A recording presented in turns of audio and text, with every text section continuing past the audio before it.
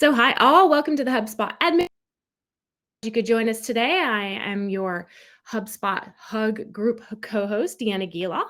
I'm your HubSpot admin and advocate.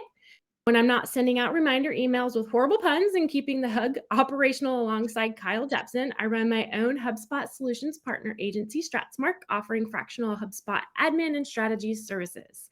Today's Hug is how to get the most from HubSpot ads with Ryan Durling. He's an inbound consultant at HubSpot. It's going to help us demystify the HubSpot ads tool and use it to keep growing with HubSpot and leverage those features to maximize paid media ROI. So Ryan, go ahead and take it away. Thanks, Deanna. I have to comment on the Bevy self-help instructions. It's basically just take out the cartridge and blow in it, or unplug and plug it back in, like we all did with video games 30 years ago. I love that that's really all they can give you for a platform that is, not unused to not working the way anyone wants it to. So anyway, that's my 2 cents. Team, I'm going to quickly just hide my self view from myself because I don't want to look at myself. I already know what I look like. And we can get into things. Just a couple things to kind of level set before we get started. I have a handful of slides here that I'll run through. I'm going to go through them pretty quickly because what I'm most interested in this conversation is being able to answer questions that y'all may have about how to make the best use of HubSpot to support what you're doing on the paid media side. So if I'm going too fast, I apologize. Just know that it's well-intentioned. And if you need me to double back on anything, of course, I'm happy to do that as time permits. Hi, good morning, good afternoon, good evening, good night, wherever you may be. Thanks for joining. I'm glad to have everybody here. Some of you may recognize me. I was here a few months ago to do a webinar on lead scoring. This one is actually more kind of in the wheelhouse that I lived in a past life. Prior to joining HubSpot, I led the digital advertising team at HubSpot Partner Raka, based in Portsmouth, New Hampshire. I am originally from upstate New York. I'm in New Hampshire. I'm a reader, I'm a runner, I'm a hiker, I'm a big Boston sports fan. And yes, I do advocate for pineapple on pizza. I think it's delicious. And if you would like to argue with me in the comments, I'm happy to do so. Or you can also email me if you want to do that. But I'm excited to be here. And without further ado, we will jump into it. Deanna's already recording, so you can jump right over this one. Agenda for today. So first, we're going to talk about our ads inboundy. This is a very quick conversation, but it's an important one to have. We're going to talk about what ad networks HubSpot works with, best practices for ads kind of broadly, not necessarily confined to HubSpot, and then how to maximize what you're getting from HubSpot and ads. So we will jump in here. Our ads inboundy. If you were a part of the HubSpot ecosystem, even as recently as probably 5 years ago, you might have been inclined to answer this with a no. But HubSpot has sort of changed their stance on how ads work and how the role that ads play as part of the journey. For a very long time, HubSpot kind of had a HubSpot and ads were sort of like this. They didn't really play well together. We didn't consider ads to be a part of the journey because they were a very push, very kind of aggressive tactic. They were not inboundy in the sense that they helped people in their buyers' journeys. But the way that ads look and feel and behave have changed a lot over the past 5-10 years, and especially the past few years. And so now, not only has HubSpot come to kind of embrace ads as a part of the journey, but I think they're widely seen as a marketing tactic that can be really valuable in helping to create affinities among your audience. So our ads inboundy, if you're doing them right, yes. If you're not doing them right and you're just carpet bombing your audience with really poor display ads, those aren't really inboundy. If you're doing that, happy to have a conversation offline about how to sort of tweak your strategy. But I would definitely encourage you to rethink if the things you're doing with ads don't feel inboundy. So what are inboundy ads experiences? They're highly actionable search ad experiences. So we're talking about search ads that answer a question, that give users opportunities to find their own way via site links and via other extensions, and also that have really strong alignment between the keyword, the ad copy, the call to action, and ultimately the offer on the landing page. That's an inbound search ad experience. Targeted display ads. So display ads can be used to carpet bomb. They can be used to fill the top of the funnel with no discretion at all. Where display ads are most valuable and most intelligently deployed are as part of some sort of remarketing effort. Yes, you can use them in social tools to spread awareness of your brand for folks that have no idea who you are. But where you're going to really start to get value from display ads, and where your audience especially is going to get value from display ads, is if you're using them to target to someone who's already been to your site, who's already familiar with your brand, to create a more personalized experience for those users as they continue on their buyer's journey with you. I mentioned this a second ago, but really strong alignment between audiences, creatives, calls to action, and offers. So audiences look a little different depending on what network you're advertising in. In search channels, the audience is really just the people who are searching. So the audience is the keywords, essentially. In display channels, and I include social as a display channel, the audience is something that you actually define using any number of kind of presets. You can use a lookalike audience, you can use a remarketing audience, but having a really strong alignment between who's searching and what they're looking for, or who's browsing, who's scrolling and what they're looking for. The imagery that's both in the ad and also on the landing page, the call to action that's in the ad and on the landing page, and the offer that's on the landing page. Having those things lined up is really, really important to create a strong inbound experience. Last but not least, and I kind of mentioned this a second ago too, highly segmented remarketing audiences. So remarketing, using that first party data in HubSpot. So identifying, who are we targeting, and sort of what are their goals, what are their challenges, what are their pain points. If we can use that in our ad strategy, then we can make the ads experience very inboundy. And if we can remarket to folks who've been to the site, who've taken specific actions, we can continue to stay alongside those potential prospects or those potential customers every step of the way through their journey. So really strong segmentation, really smart use of audiences is very, very important to have a successful inbound ads experience. Deanna, I don't have the chat open, so if at any point someone asks a question that needs to be kind of bumped in real time, please feel free to do so. You got it. Just a comment to tell Google to play nice with HubSpot and allow for performance max ad data to come in via API. So performance max ad data is something that I don't even think Google has full control over yet. I have a couple customers that are using Performance Max campaigns, and the feedback that I've gotten from them broadly is that they're just kind of a bull in a china shop. There's some wrangling that needs to be done across the board. I would expect that at some point down the road, that data will become available in HubSpot. I have no inside information about that. I just assume it's a new campaign type in Google, so it stands to reason that it would eventually be available inside of HubSpot. But yes, I would love to see that data there too, and I will make sure product knows that we've got people asking about that. So this next slide, I don't think anyone really needs, but I wanted to throw it in anyway. What networks does HubSpot ads integrate with? Google, LinkedIn, Facebook. This is not an order of personal preference, although if it were listed in order of personal preference, it would definitely stay in the same order. I think Google is my favorite ad network because it has the most ability to do different things and to target people in different ways. At the end of the day, with LinkedIn and Facebook, you're targeting an audience when they're in platform. If you're using Facebook or LinkedIn's audience network, odds are you're getting very low, if any returns at all from those investments. You're probably also not spending much there, which is nice. But Google has the ability to target people in more and in different ways. And so I think that's really, really important. The limitation that Google has is that it doesn't have the audience data that Facebook and LinkedIn have necessarily. But with HubSpot, you can allay that.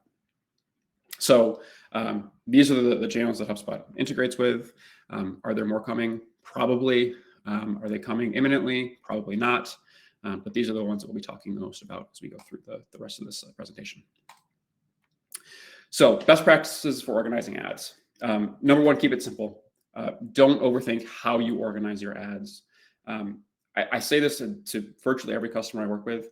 Campaigns in your ad platform should align with campaigns in HubSpot. If you aren't using campaigns in HubSpot, that's another conversation entirely.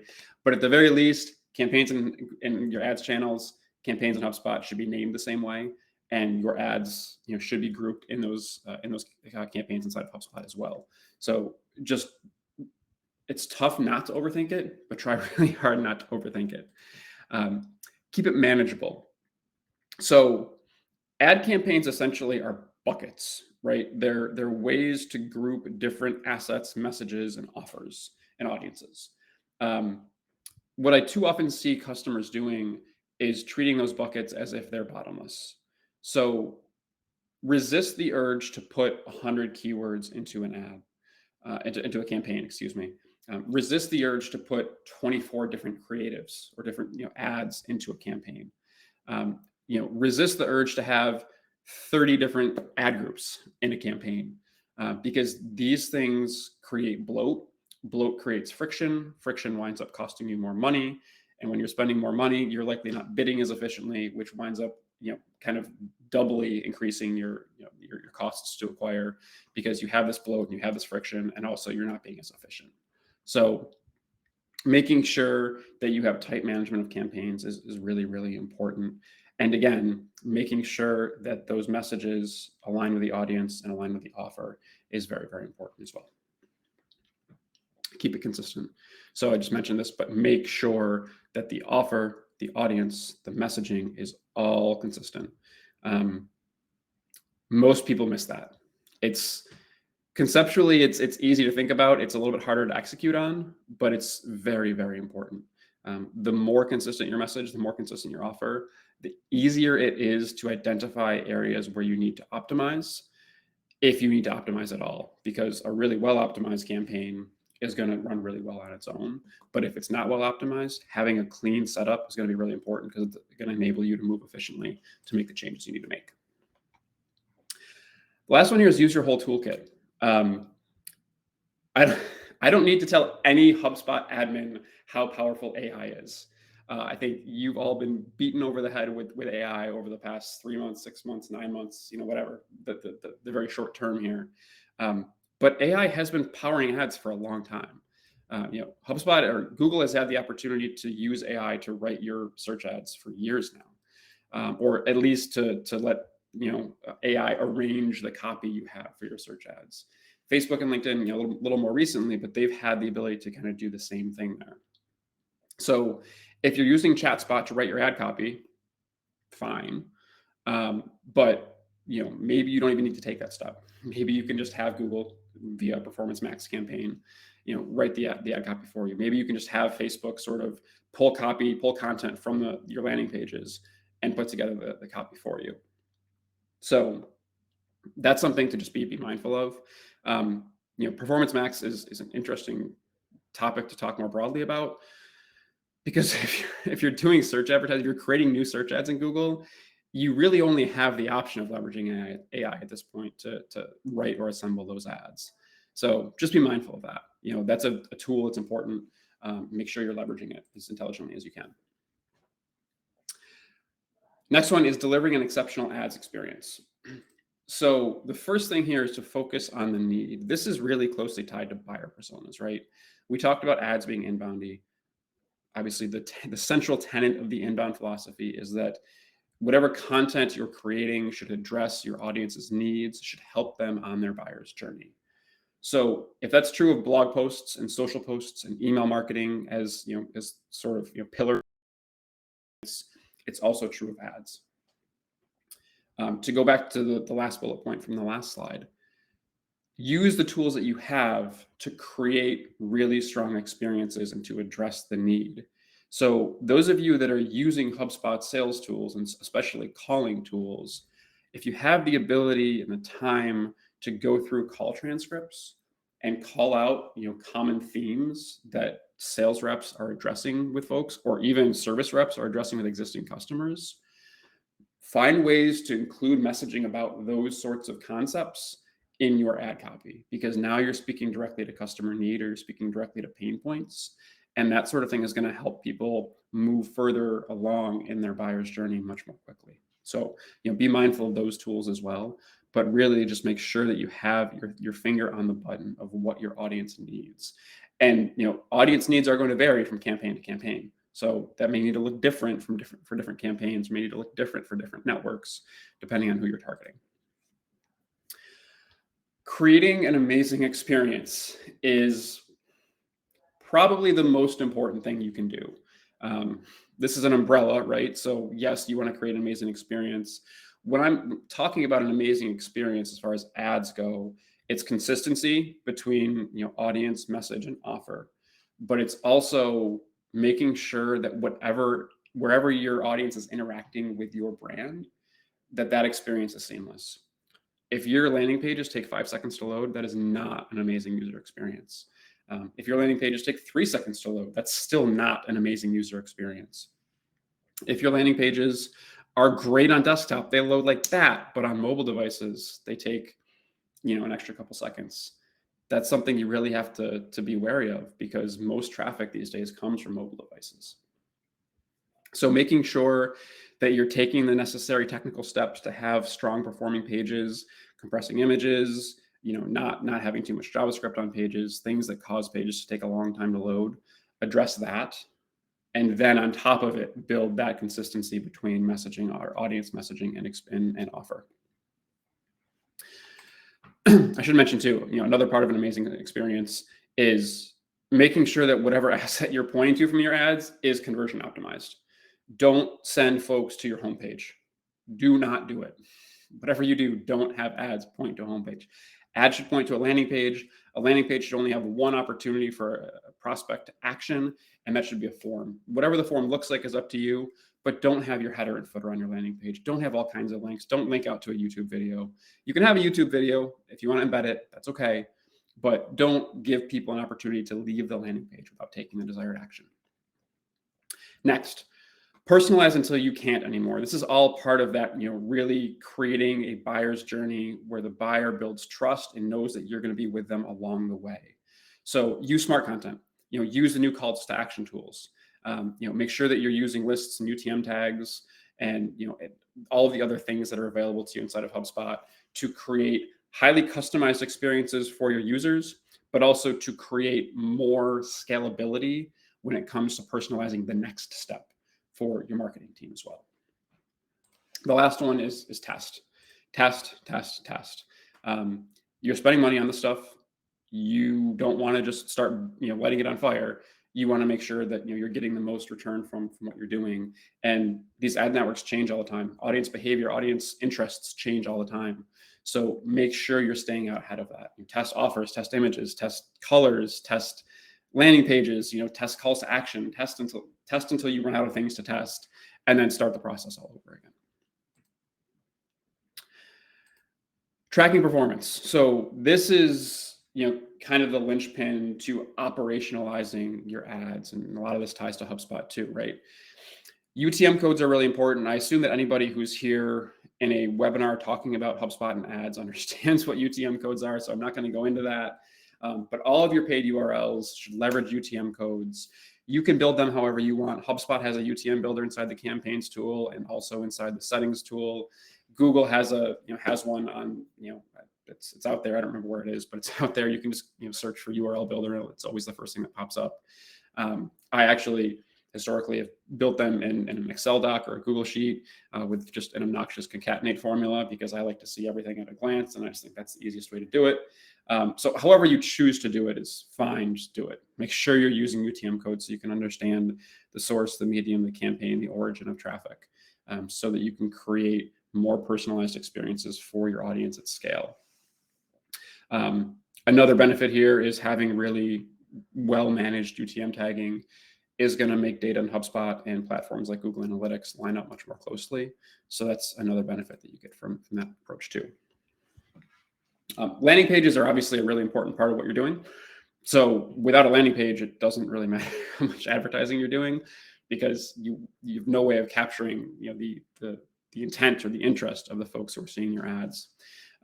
So make sure that the tracking codes, make sure that landing pages have UTM codes in their URLs, but also make sure that landing pages have relevant tracking codes. That's the HubSpot tracking code, the Google Analytics code, Google Ads code is kind of run through Google Analytics.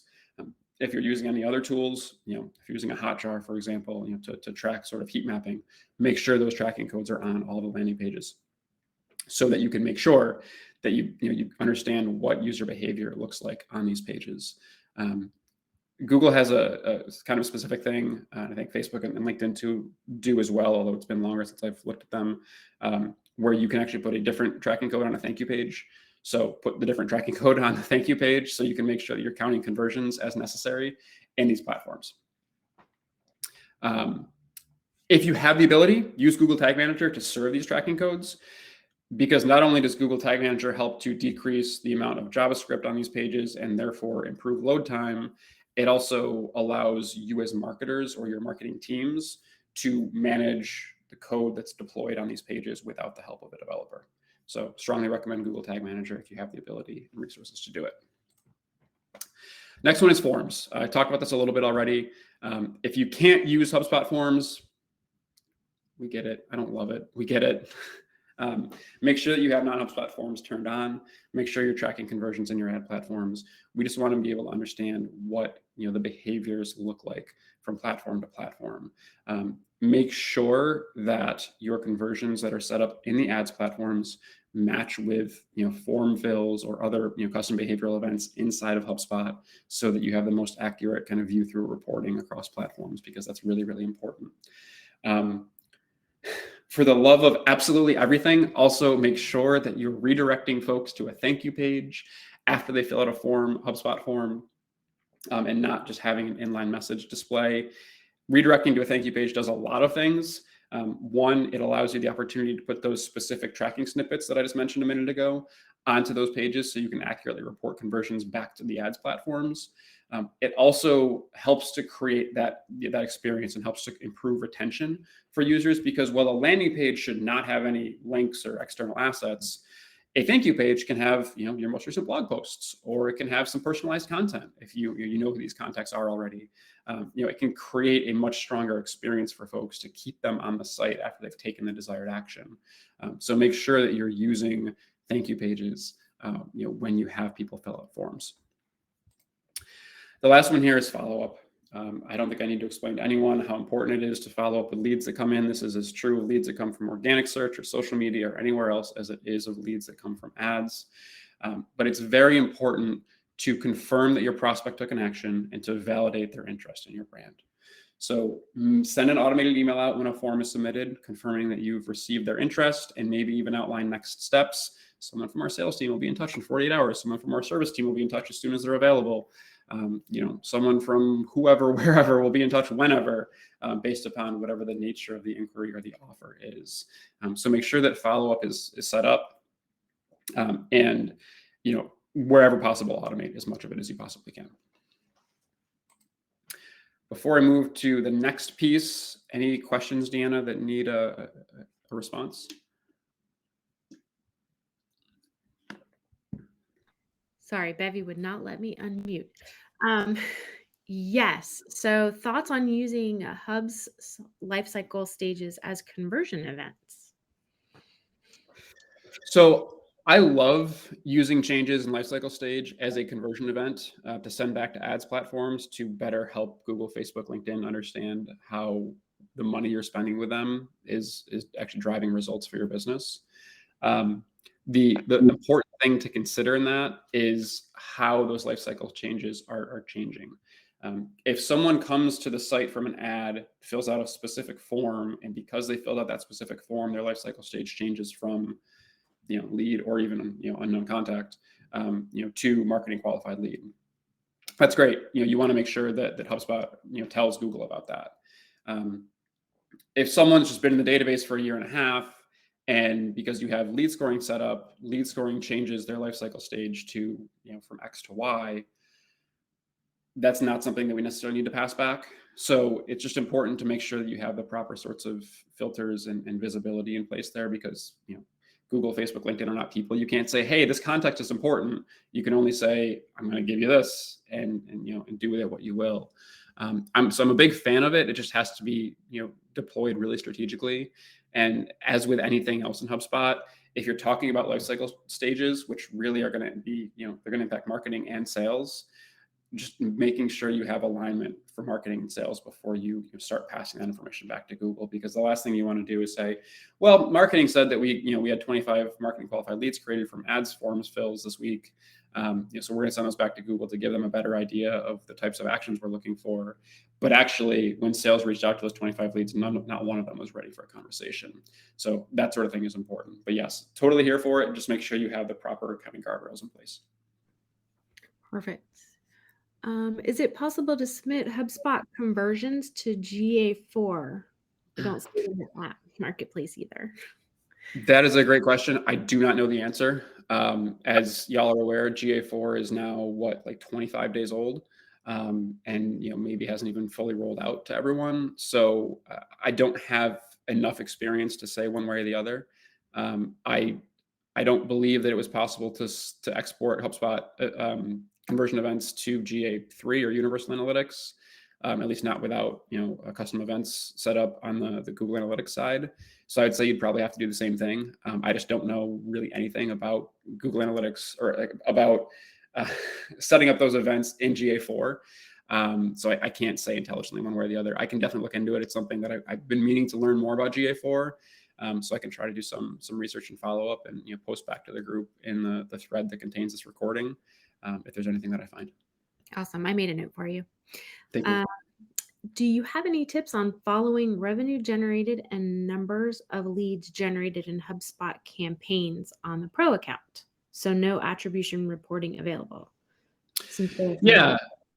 So it's, this is one of those places where, UTM tags can be really important because you can use a UTM tag to identify the campaign that a contact came in from.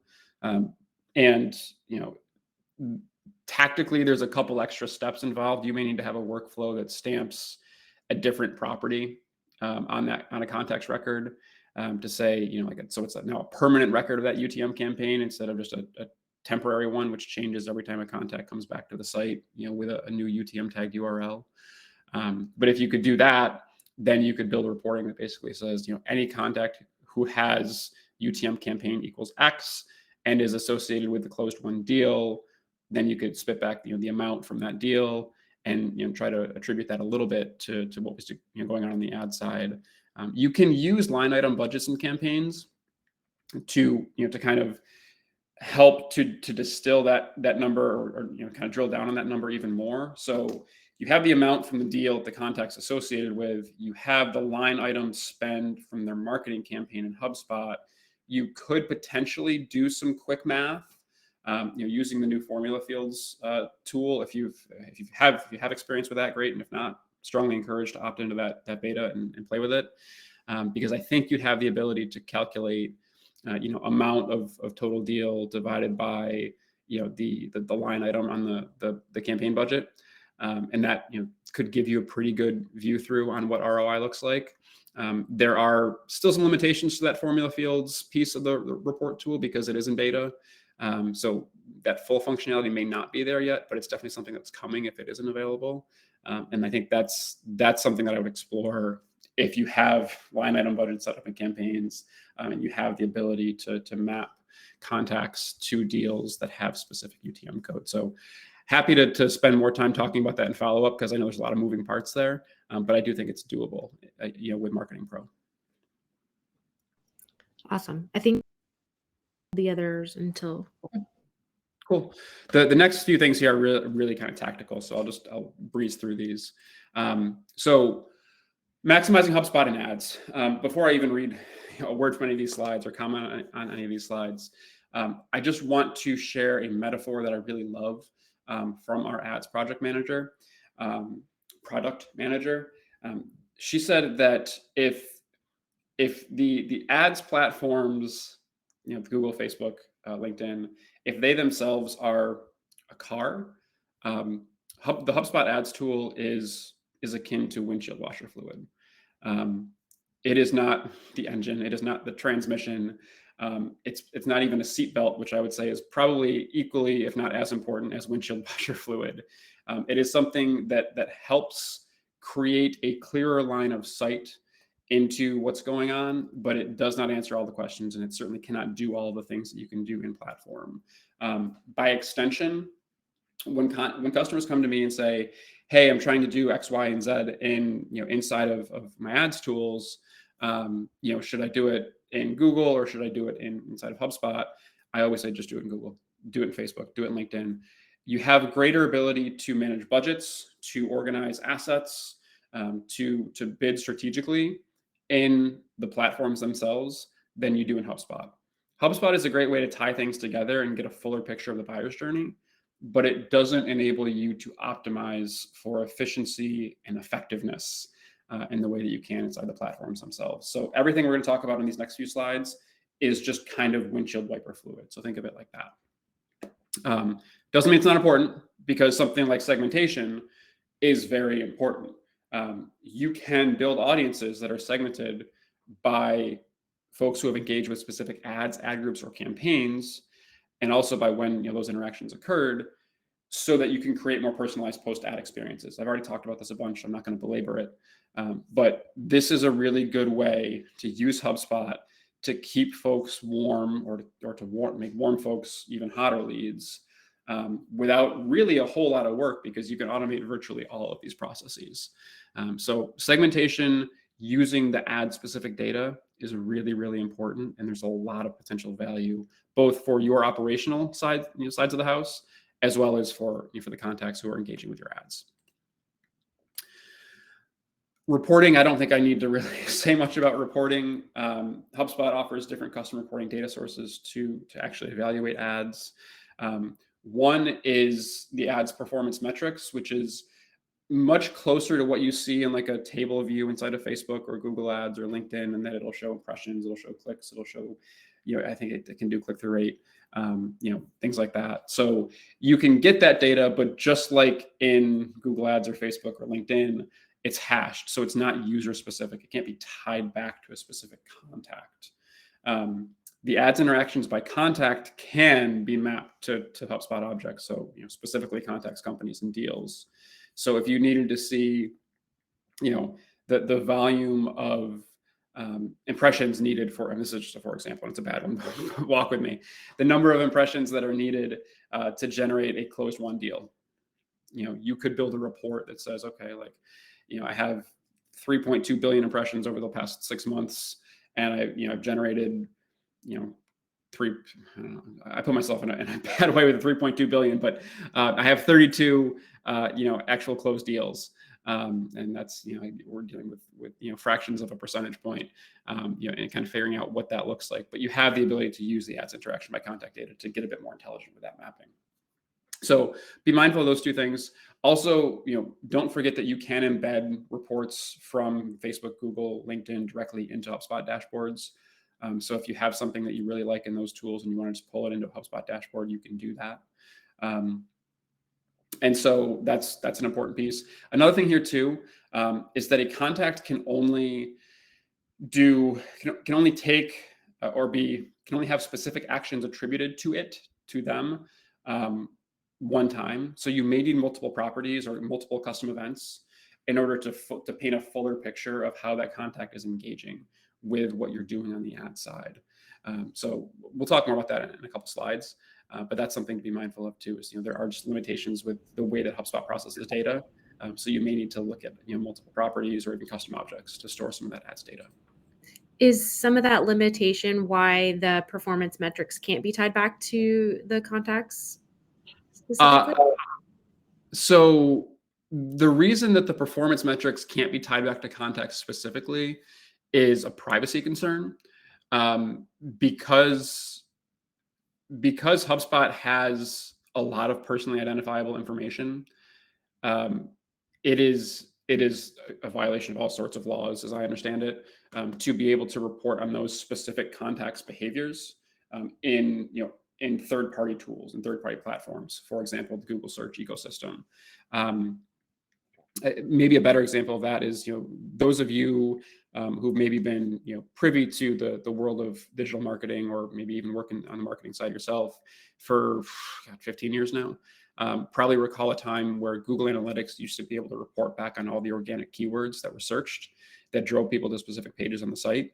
And then I don't even remember when exactly it was. I feel like it was around 2010, 11.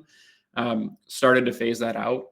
And the reason for that essentially is that it's a privacy concern, because if you can map a specific user's search history back to that specific user, then you as a brand, as an entity, just know way too much about that person, and there are privacy concerns there.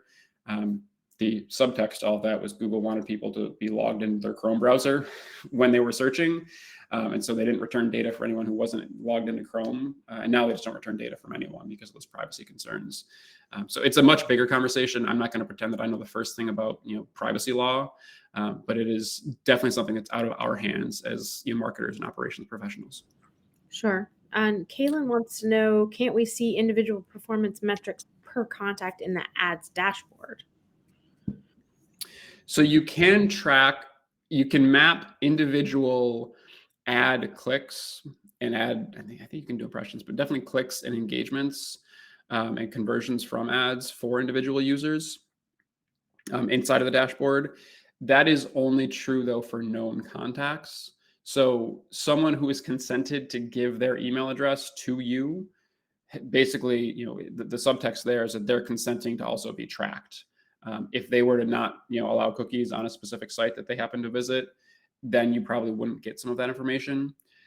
So it's kind of a wild ride, between known contacts versus unknown contacts versus folks who have cookies allowed and folks who don't have cookies allowed.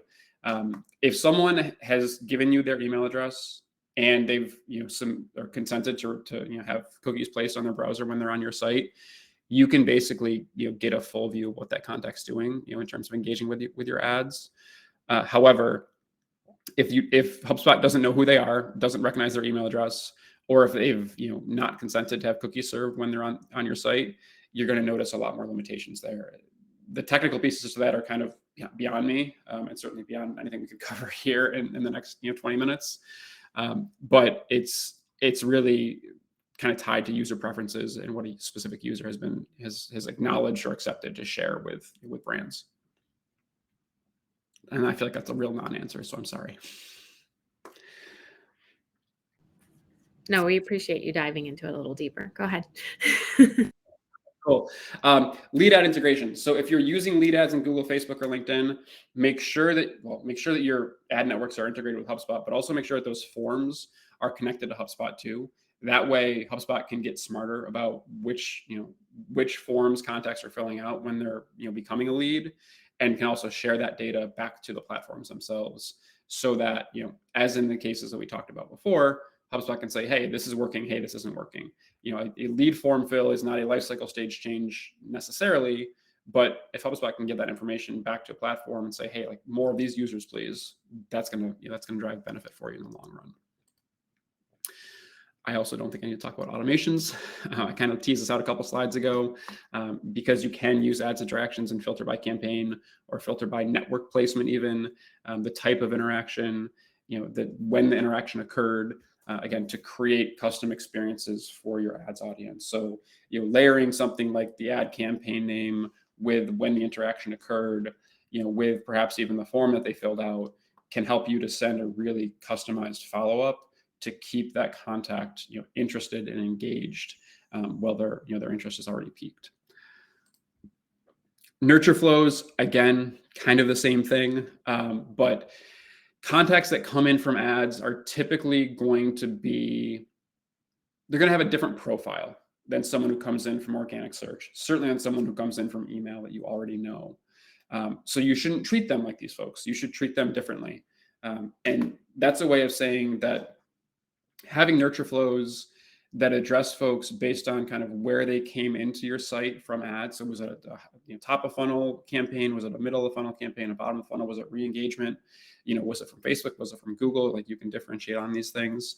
Will help to continue to create those personalized experiences, but also give you an opportunity to leverage lead scoring to help identify when those contacts are really ready for the next step. Not a lot of contacts who come to the site from an ad for the first time and fill out a form are ready for a sales conversation. But if you can capture somebody who's 30% of the way there, and you can nurture them until they're 80% of the way there, and then they're a good candidate for at least an SDR or a BDR to reach out to, there's a lot of value in that. So keep in mind that automation to create a very quick follow-up and quick personalization is great. Automation to tell a more comprehensive brand story and continue to kind of sink your teeth into these new prospects is equally, if not more important. So those things should both run kind of in tandem, instead of in opposition to one another. The last one is ads events optimization. So I talked about this a while back when the question was asked, but you can sync lifecycle stage changes as conversion events. And you can also use custom behavioral events to better understand what your ads audience is doing when they come to your site. The custom behavioral events piece I can't emphasize enough because it's custom. You can say to Google, you can say to HubSpot, you can say to Facebook, LinkedIn, hey, like these are the 5 most important actions someone can take on our site. It doesn't need to be a form fill.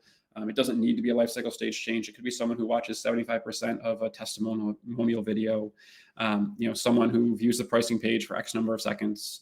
These are more stronger behavioral indicators of intent. And these are the things that you really want to optimize for. So make sure you're using custom behavioral events to drive those results, and then communicate that back to the ads platform so they know to go looking for more contacts like the ones that are taking those actions on the site. That is it in terms of the meat and potatoes of what I have. I did this last time, but just a really, kind of plug here. Our inbound consulting team is available to get more into the weeds with you on things like advertising strategy and making sure that your assets are optimized for peak performance and all that. So if you want to learn more about what we're doing, what we do, and how we can help, there's a link here. Feel free to share that. Or feel free to hit that. Or you can email me. I think that, I don't know if I actually put my email address anywhere in here, but I will do that, Deanna, before I send this over so that it's included. And if anybody has, the need to just reach out and ask a one-off question or two, you're always welcome to do that. That is my piece, team. So any questions that we've missed, I'm happy to take on.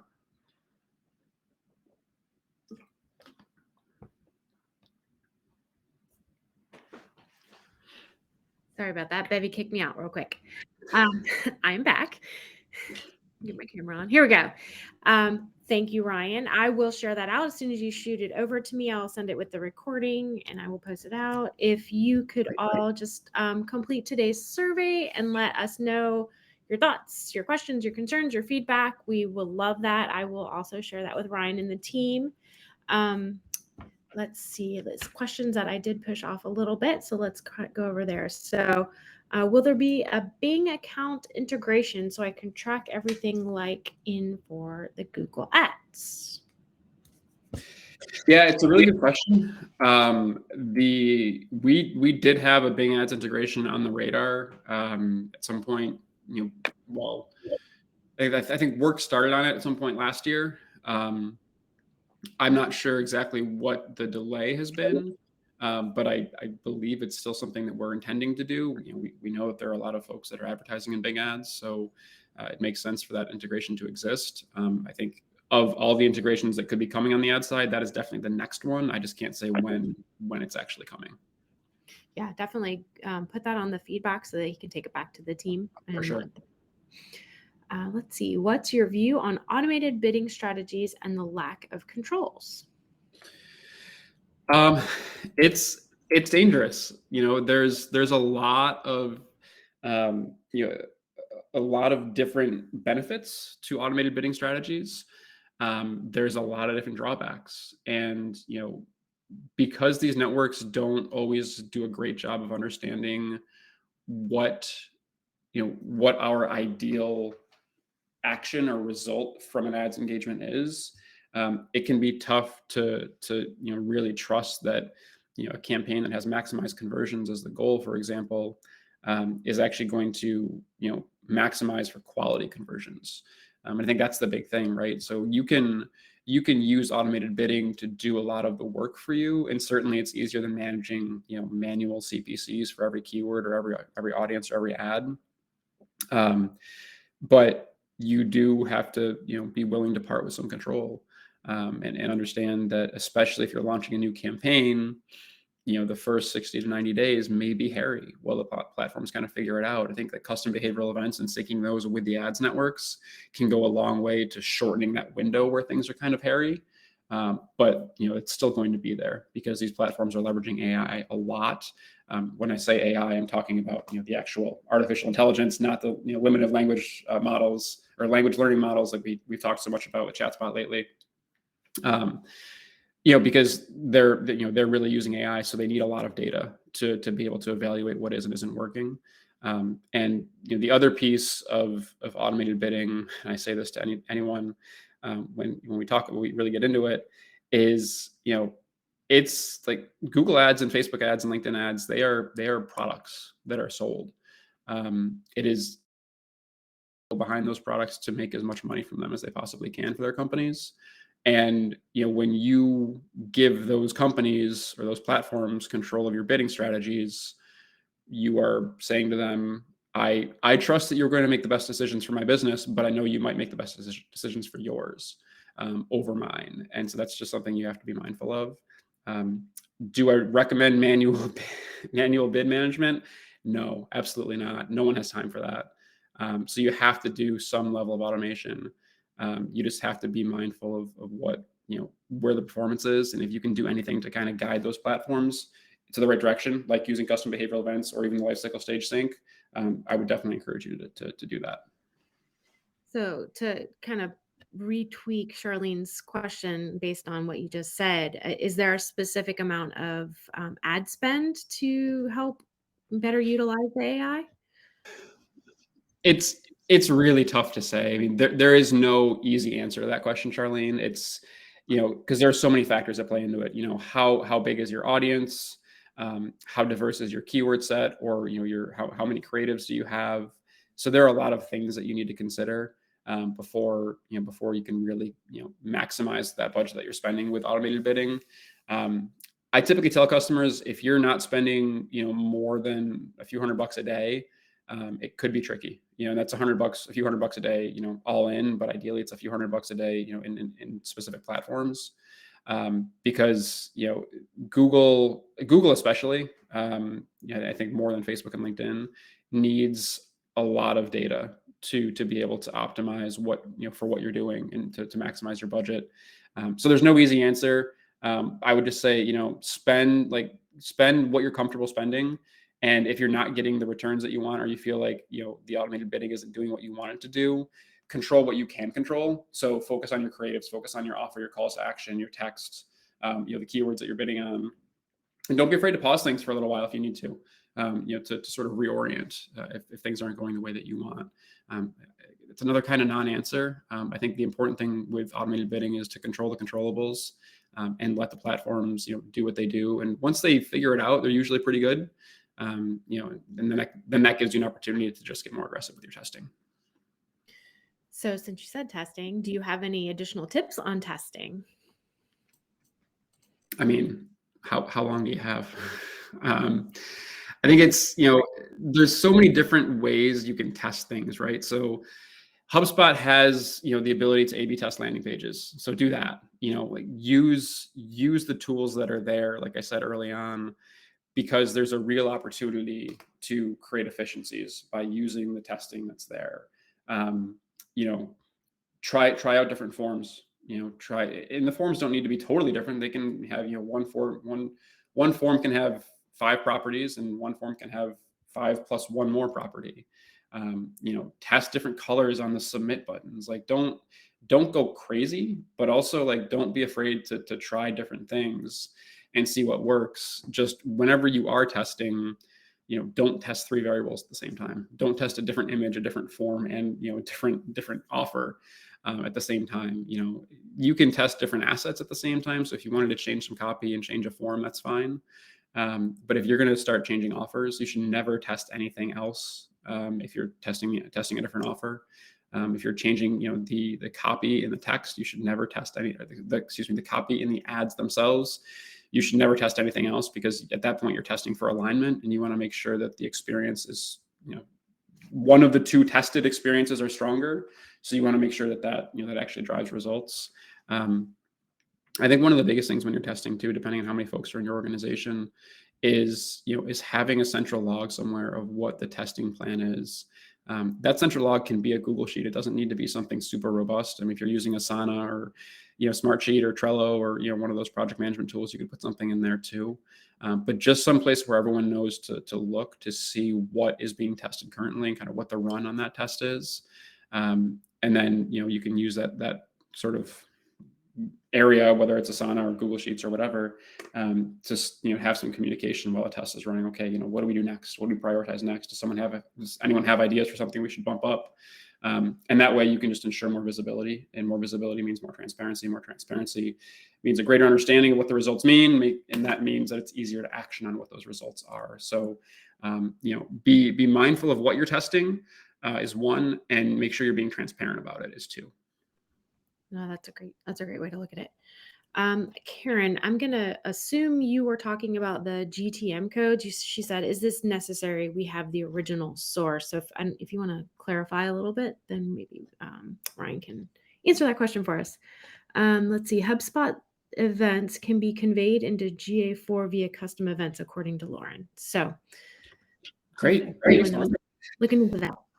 Let's see. Nicholas says, is there a possibility for a deal triggered HubSpot event for Google Ads conversion tracking? It says lifecycle stage only triggers once multiple deals over a period of time for one contact aren't tracked.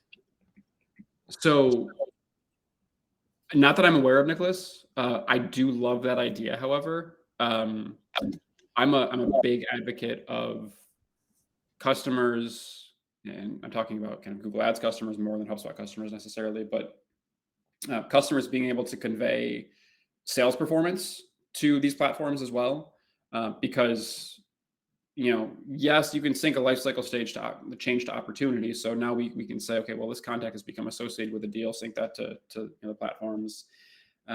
This contact has associated with a closed won deal, so now they're a customer, sync that to the platforms. But depending on your business and your sales cycle, there's a lot that can happen between opportunity and customer.